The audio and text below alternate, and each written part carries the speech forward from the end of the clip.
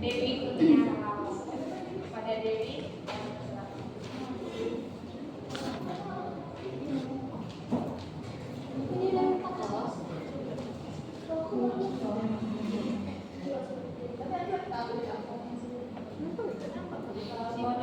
Minta waktunya sebentar teman-teman. Sini saya akan menjelaskan akuntansi pajak penghasilan berdasarkan tarif SAK nomor 46. Bisa dilanjutkan. Nanti di bab ini kami akan menjelaskan definisi, terus yang kedua pengakuan, yang ketiga pengukuran, dan yang terakhir itu bagaimana penyajiannya dalam PSAK 46. Sebelum kita mengetahui atau mengulik lagi lebih dalam, kita harus mengetahui apa itu PSAK 46 dan apa saja yang diatur dalam PSAK ini. Jadi di PSAK ini, melalui PSAK 46 yang ada tentang akuntansi pajak penghasilan, yaitu bagaimana perusahaan mengakui, mengukur, menyajikan, dan mengungkapkan pajak dalam laporan keuangan. Di PSAK 46 ini, mereka berbeda cara perhitungan laba menurut akuntansi dan juga perpajakan. Kalau dalam segi PSAK, itu perbedaannya disebut dengan temporer yang menghasilkan pajak kini atau dibayar sekarang, dan pajak tanggungan yang dibayar atau dikembalikan di masa depan. Jadi dengan kata lain, PSAK 46 ini membuat pajak penghasilan menjadi lebih transparan, konsisten di laporan keuangan, sehingga investor, kreditur, dan pihak lain bisa melihat seberapa besar beban pajak perusahaan secara kini maupun di masa yang akan datang. Terus apa sih tujuan dari PSAK 46? Teman-teman bisa baca. Saya akan bantu membacanya. Jika tidak bisa dibaca, tidak dilihat.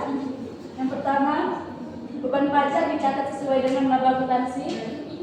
Yang kedua, dampak pajak masa kini dan masa depan dapat terlihat dalam laporan keuangan.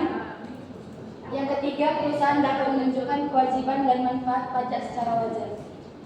Bisa dilanjutkan. Kemudian kita akan mengetahui apa itu pajak kini dan apa itu pajak tangguhan, karena ini baru pertama kali juga kita bahas di PSAK 46. Jadi diharapkan teman-teman juga bisa memahami pajak kini dan pajak tangguhan. Jadi pajak kini itu adalah jumlah pajak penghasilan yang harus dibayar ke perusahaan berdasarkan laba fiskal pada periode berjalan sesuai dengan ketentuan perpajakan. Dalam PSAK 46 dijelaskan bahwa perusahaan wajib mengakui dua, yaitu liabilitas pajak kini apabila masih terdapat pajak yang belum dibayar. Terus pajak kini apabila perusahaan mengalami lebih bayar pajak atau memiliki hak restitusi pajak. Artinya, ketika perusahaan memperoleh laba dan memiliki kewajiban pajak, maka beban pajak tersebut harus langsung dicatat pada periode terjadinya agar laporan keuangan mencerminkan kondisi yang sebenarnya. Terus kita akan membahas pajak tanggungan. Selain pajak kini, di PSAK 46 juga ada yang mengatakan, yaitu perbedaan antara pencatatan menurut standar akuntansi dengan ketentuan perpajakan. Berarti ini dengan kata lain, pencatatan dalam standar PSAK dan perpajakan itu berbeda, yang nantinya akan berbalik di masa depan. Perbedaan ini biasanya terjadi karena ada 5 yang membedakan mereka, yaitu metode penyusutan yang berbeda. Yang kedua, pengakuan pendapatan. Yang ketiga, cadangan kerugian piutang. Keempat, imbalan kerja. Dan yang terakhir, transaksi lainnya. Selanjutnya akan dibahas oleh teman saya, Sisririn. Olive. Baik, selanjutnya ada perbedaan temporer dan pengakuan aset pajak tanggungan. Untuk perbedaan temporer itu adalah selisih antara nilai tercatat aset atau liabilitas menurut akuntansi dengan dasar pengenaan pajaknya menurut fiskal. Perbedaan temporer dibagi menjadi dua, yaitu perbedaan temporer prapajak dan yang dapat dikurangkan. Perbedaan yang menyebabkan laba fiskal di masa depan menjadi lebih besar sehingga menimbulkan liabilitas pajak tanggungan. Sedangkan untuk yang dapat dikurangkan yaitu perbedaan yang menyebabkan laba fiskal di masa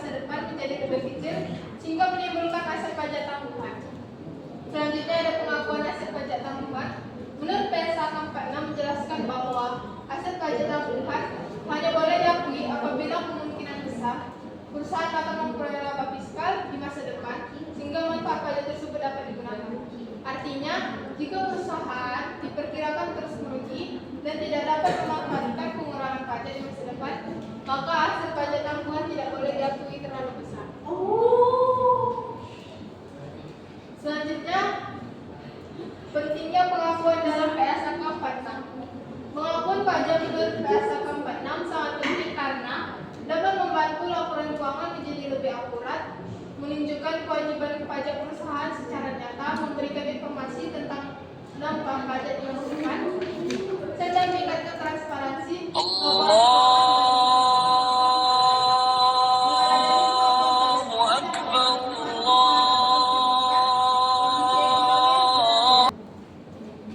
Selanjutnya ada pengakuan dalam PSAK 46.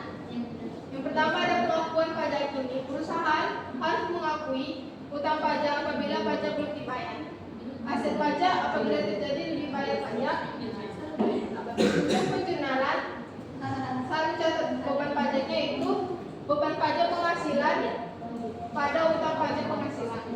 Kemudian ada pengakuan pajak tangguhan. Pengakuan pajak tangguhan diakui apabila terdapat perbedaan temporer kena pajak serta perbedaan temporer dapat dikurangkan. Perbedaan temporer yaitu selisih nilai tercatat aset atau liabilitas menurut akuntansi dengan dasar pengenaan pajaknya. Selanjutnya akan dibahas oleh Siski.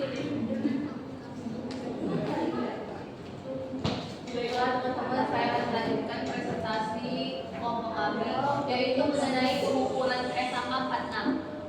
Kemudian untuk yang pertama itu ada dasar pengukuran pajak kini dan tanggungan diukur penggunaannya. Yang pertama itu tarif pajak yang berlaku, kemudian yang kedua tarif pajak yang telah ditetapkan pemerintah.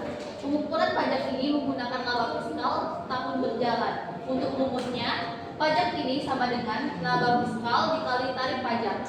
Kemudian untuk yang kedua yaitu pengukuran pajak. Tanggungan menggunakan ada dua metode. Yang pertama itu perbedaan temporer, kemudian yang kedua tarif pajak masa depan yang berlaku. Untuk rumusnya, pajak tanggungan sama dengan perbedaan temporer dikali tarif pajak.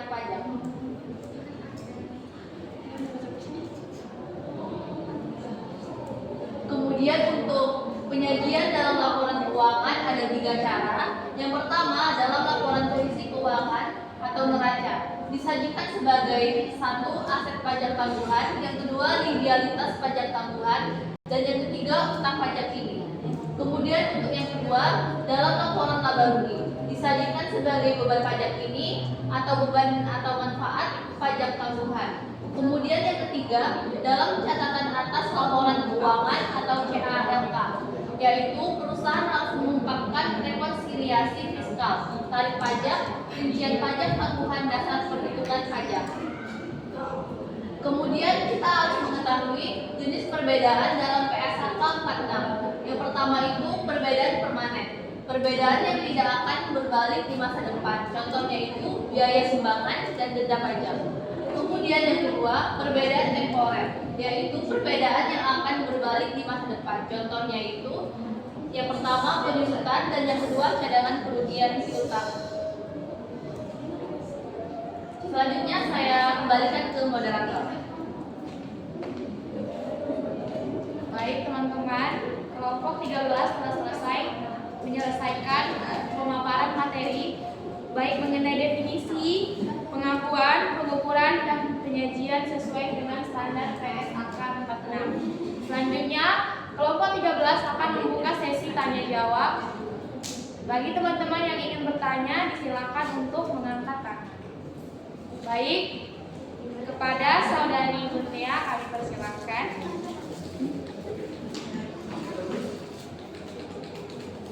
Baik, terima kasih.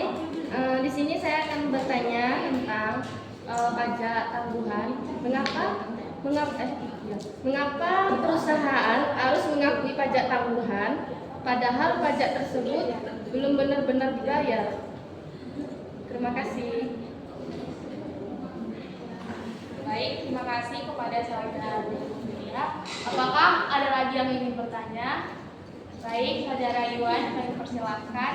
Perkenalkan, nama saya Rizky Yuan Praditya dengan NIM 240303 dari kelompok 12 ingin bertanya, jika tarif pajak pemerintah berubah, apakah hal tersebut mempengaruhi laporan keuangan perusahaan?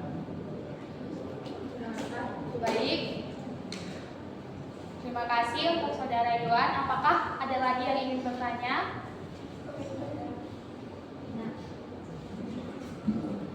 Baik. Kepada Saudari Rizka, kami persilahkan.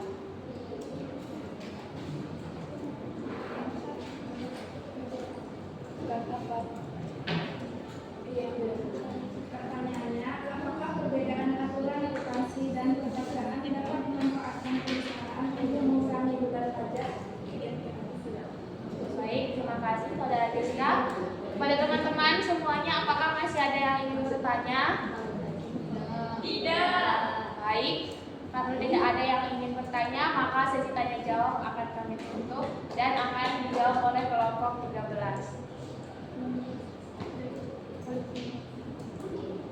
Baik, saya akan menjawab pertanyaan dari Monia.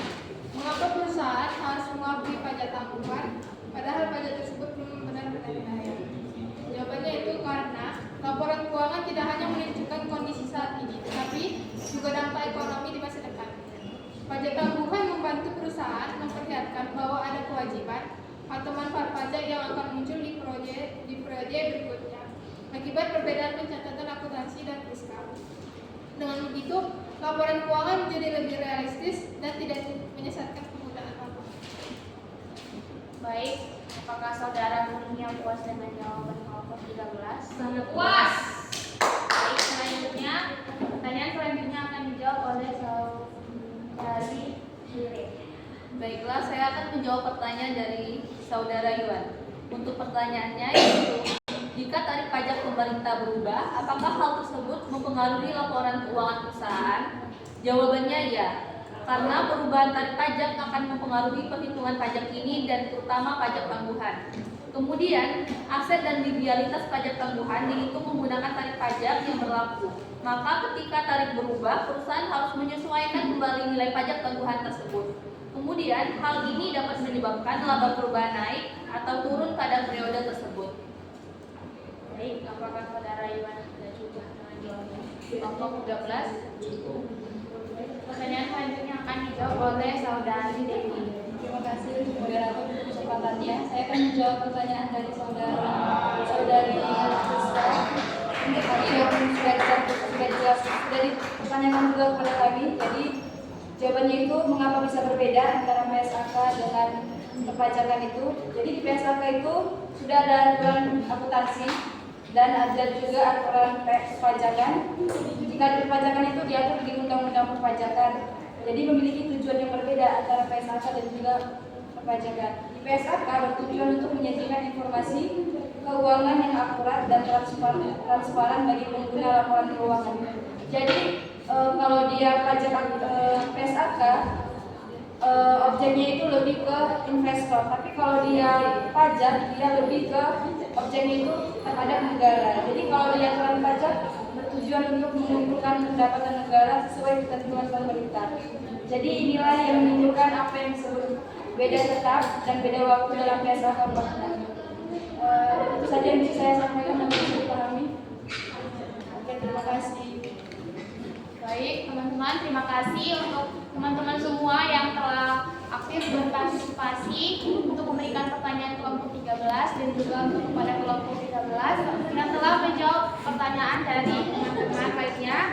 Karena sesi presentasi telah selesai, maka saya sebagai moderator akan memberikan kesimpulan dari presentasi hari ini, yaitu PSAK 46 merupakan standar akuntansi yang mengatur perlakuan akuntansi pajak penghasilan, baik pajak ini maupun pajak tangguhan. PSAK ini bertujuan agar perusahaan dapat mengakui, mengukur, dan menjanjikan pajak secara tepat sesuai kondisi keuangan sebenarnya.